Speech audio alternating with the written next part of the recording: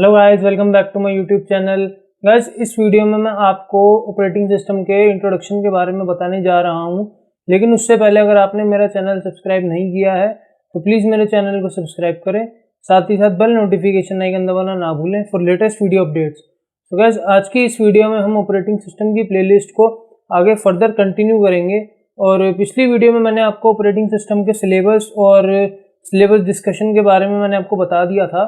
इस वीडियो में हम ऑपरेटिंग सिस्टम के इंट्रोडक्शन के बारे में बात करने जा रहे हैं। देखेंगे ऑपरेटिंग सिस्टम क्या होता है, कैसे ऑपरेटिंग सिस्टम काम करता है और क्या क्या ऑपरेटिंग सिस्टम के अंदर अच्छाइयाँ हैं या आप कह सकते हो कि क्या ऐसे तरीके हैं जिसकी वजह से ऑपरेटिंग सिस्टम हम काम में लेके आए।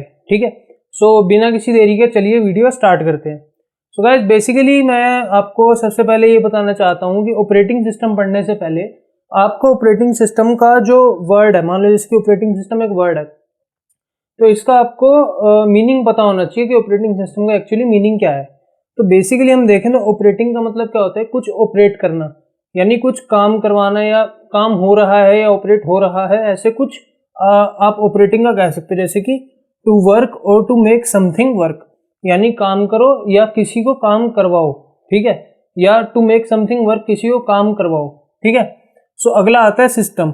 सिस्टम क्या है? Group of things that work together. अब आप यहाँ पे थिंग्स भी बोल सकते हो। ठीक है, सो थिंग्स की जगह आप प्रोग्राम भी बोल सकते हो, क्योंकि ये टेक्निकल टर्म्स हम आगे यूज करेंगे। तो उस हिसाब से जो हमारा सिस्टम होता है वो basically more than one programs और you can say that multiple programs पे वो वर्क करता है। ठीक है, so system a group of programs that work together. ठीक है, in order to get some required output. ठीक है, सो ये हमारा ऑपरेटिंग सिस्टम बेसिकली आपको समझ आ गया होगा कि ऑपरेटिंग का मतलब होता है टू वर्क और टू मेक समथिंग वर्क, यानी कुछ हैपनिंग करवाना या कुछ काम करवाना। और सिस्टम का मतलब होता है कि बड़े सारे प्रोग्राम एक साथ काम कर रहे हैं टू गेट द रिक्वायर्ड और to get the optimum output. ठीक है, सो अब देखा जाए तो बेसिकली ऑपरेटिंग सिस्टम की डेफिनेशन क्या बनती है। देखो, मैं आपको वो नहीं बता रहा जो बाकी बुक्स में लिखी हुई हैं। ठीक है, मैं आपको एक तरह से समझा रहा हूं ताकि आप अपने से भी ऑपरेटिंग सिस्टम की डेफिनेशन लिख पाएं या समझ पाएं अच्छे से। ठीक है, सो मैंने जो डेफिनेशन आपको बताई अभी ऑपरेटिंग और सिस्टम के जो वर्ड्स मैंने आपको उसकी मीनिंग समझाए। सो बेसिकली उन दो वर्ड्स से क्या बनती है definition? A group of things that provides an interface between user and hardware in order to provide convenience। अब convenience का हम आगे जिक्र करेंगे क्योंकि मैंने यहाँ पे लिख रखा है। सो बेसिकली हम इसको देख लेते पहले। A group of things, जैसे कि हमने यहाँ पे देखा, a group of things जो कि सिस्टम होता है हमारा। ठीक है, A group of things that provides an interface। अब इंटरफेस मतलब यूजर और हार्डवेयर के बीच में। ठीक है, यूजर और हार्डवेयर के बीच में ये यूजर है और ये हार्डवेयर, इन दोनों के बीच में जो हमारा इंटरफेस हमें प्रोवाइड करता है वो हमारा होता है ऑपरेटिंग सिस्टम। ठीक है, उसके बाद ये तो हो गया कि हाँ वो उसने इंटरफेस प्रोवाइड कर दिया, लेकिन इंटरफेस प्रोवाइड करने के साथ साथ वो हमें क्या दे रहा है? Convenience. In order to provide convenience. Convenience यानी वो हमारा जो काम है वो कन्वीनियंट बना रहा है।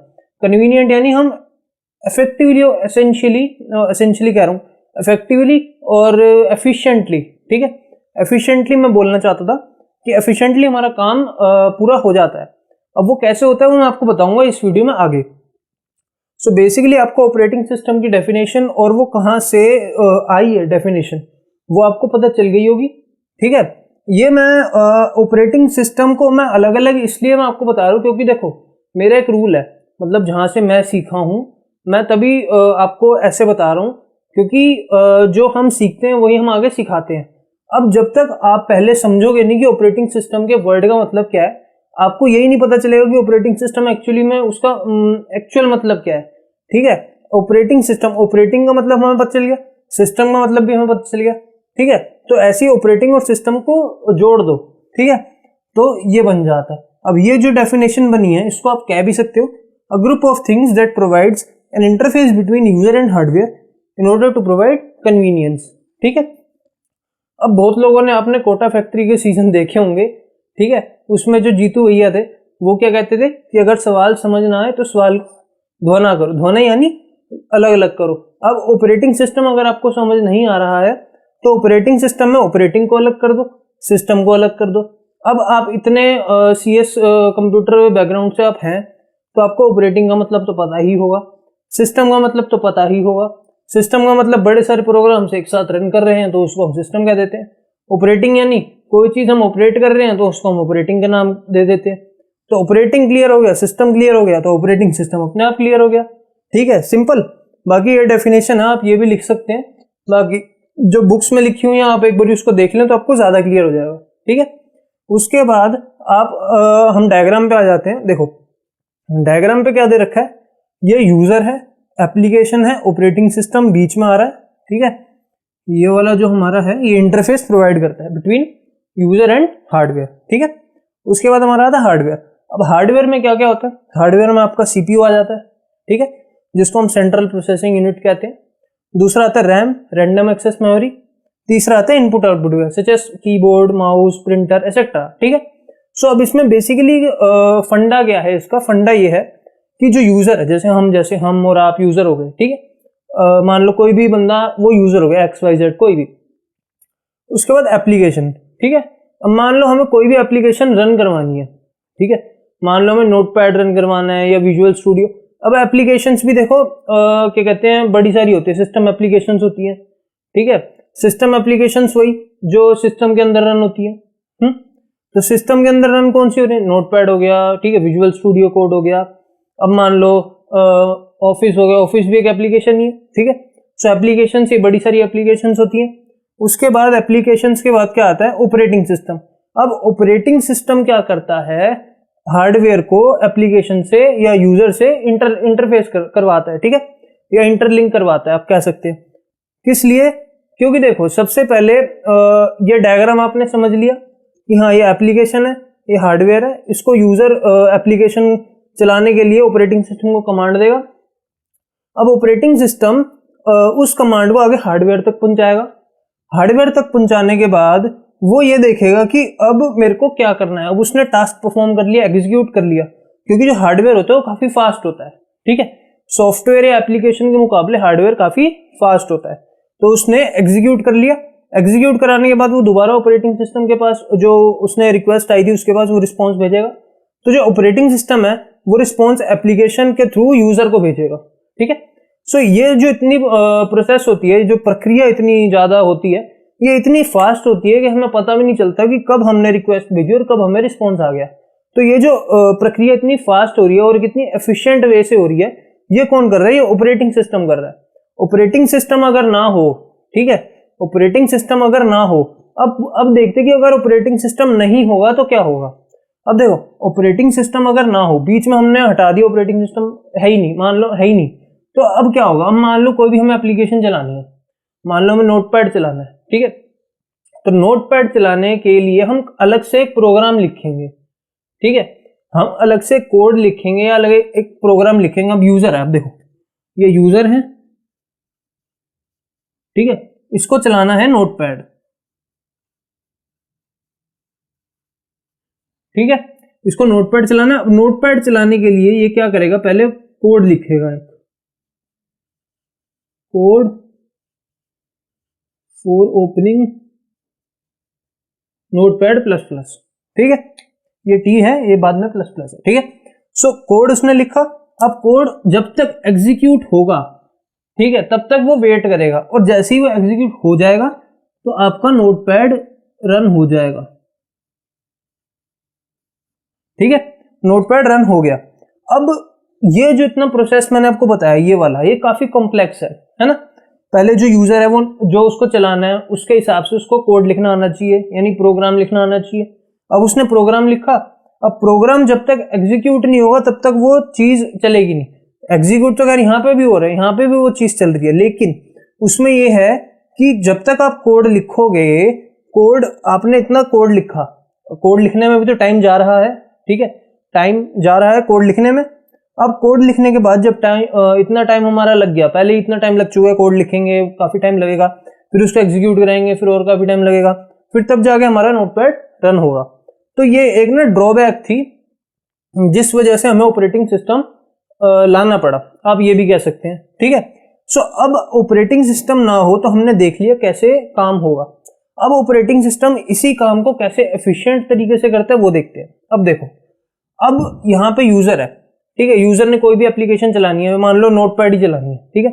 अब नोटपैड चलानी है, अब हम ऑपरेटिंग सिस्टम को बोलेंगे कि हमें नोटपैड चलाना है। हम सीधा हार्डवेयर के लिए कोड नहीं लिखेंगे कि हाँ यार हार्डवेयर मैं ये कोड लिख रहा हूँ, तू एक काम कर नोटपैड चला दे, ऐसा नहीं होगा। हम ऑपरेटिंग सिस्टम को कमांड भेजेंगे, कमांड भी क्या भेजेंगे, मतलब उसको एक मान लो रिक्वेस्ट भेजेंगे एप्लीकेशंस के थ्रू। अब ऑपरेटिंग सिस्टम क्या होता है, जो एप्लीकेशंस होती हैं हमारी, आप ये बात समझो कि जो हमारा ऑपरेटिंग सिस्टम होता है वो होता है सिस्टम सॉफ्टवेयर, ठीक है। सिस्टम सॉफ्टवेयर क्या होता है, जो एक सिस्टम में चलता है और उस पूरे सिस्टम को कंट्रोल करता है, जो कि हमारा एक ऑपरेटिंग सिस्टम है। अब ऑपरेटिंग सिस्टम यानी सिस्टम सॉफ्टवेयर में बड़े सारे सॉफ्टवेयर आते हैं, जैसे विंडोज हो गए, लिनक्स हो गया, मैकिन्टॉश एप्पल के लिए मैक हो गया, तो ये सारे हमारे होते हैं सिस्टम सॉफ्टवेयर, ठीक है। अब उसके बाद हमारा एप्लीकेशन जो होता है वो एक एप्लीकेशन सॉफ्टवेयर होता है। अब जो हमारा एप्लीकेशन सॉफ्टवेयर होता है उसको एक प्लेटफॉर्म चाहिए होता है रन होने के लिए, ठीक है। अब वो प्लेटफॉर्म किस पे मिलता है, वो हमें मिलता है ऑपरेटिंग सिस्टम पे, यानी सिस्टम सॉफ्टवेयर पे, ठीक है। तो जो हमारे एप्लीकेशन सॉफ्टवेयर होते हैं वो बेसिकली ऑपरेटिंग सिस्टम के ऊपर वर्क करते हैं, यानी उसके ऊपर चलते इन द सेंस उसके ऊपर एग्जीक्यूट होते हैं, ठीक है।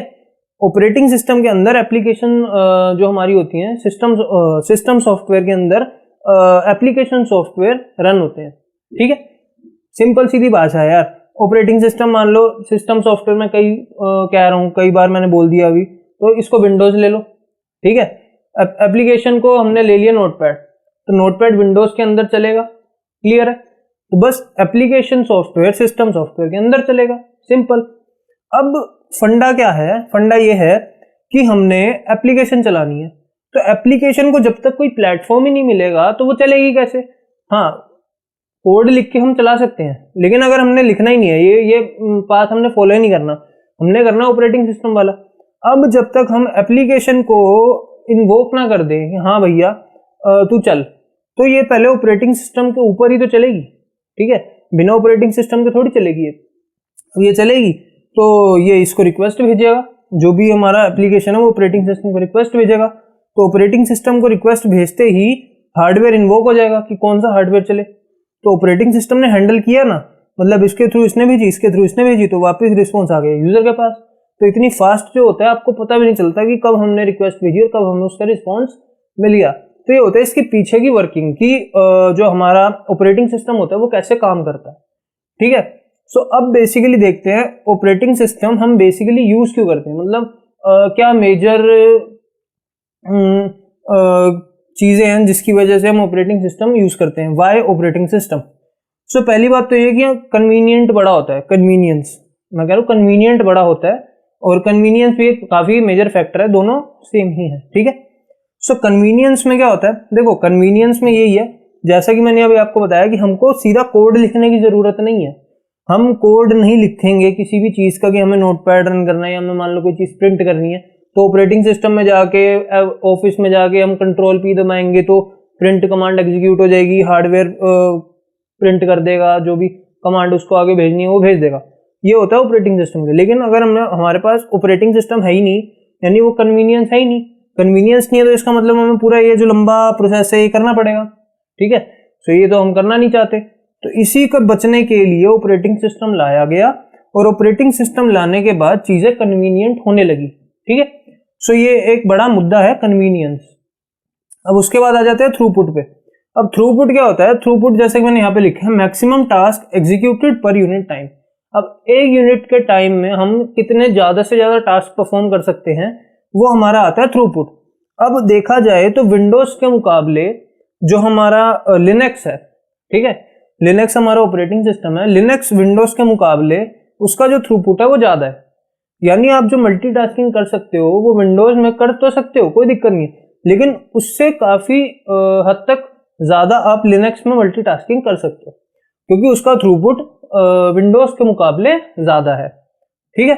सो ये बेसिकली चीजें हैं कन्वीनियंस, थ्रूपुट की क्यों हम ऑपरेटिंग सिस्टम को वर्क में लेके आते हैं, ठीक है। थ्रूपुट भी मैंने आपको समझा दिया, ये मैंने आपको जो फिगर थी ऑपरेटिंग सिस्टम जिसमें एप्लीकेशन और हार्डवेयर इंटरलिंक्ड, मैंने आपको इंटरफेस बताया यूजर और हार्डवेयर का, तो वो भी मैंने आपको बता दिया।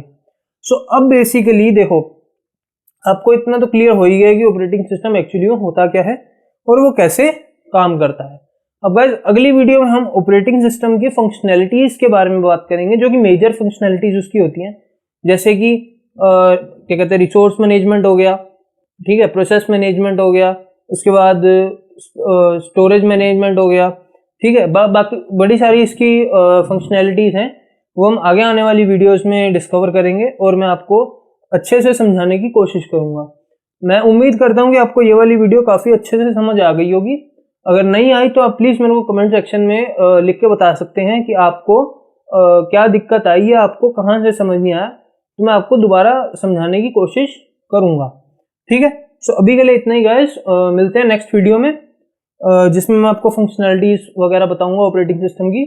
सो अभी के लिए थैंक यू गाइस। अगर आपको वीडियो अच्छी लगे तो प्लीज़ इस वीडियो को लाइक करें और मेरे चैनल पे अगर आप नए हैं तो मेरे चैनल को सब्सक्राइब करें और बेल बटन दबाना ना भूलें for latest video updates and thank you guys.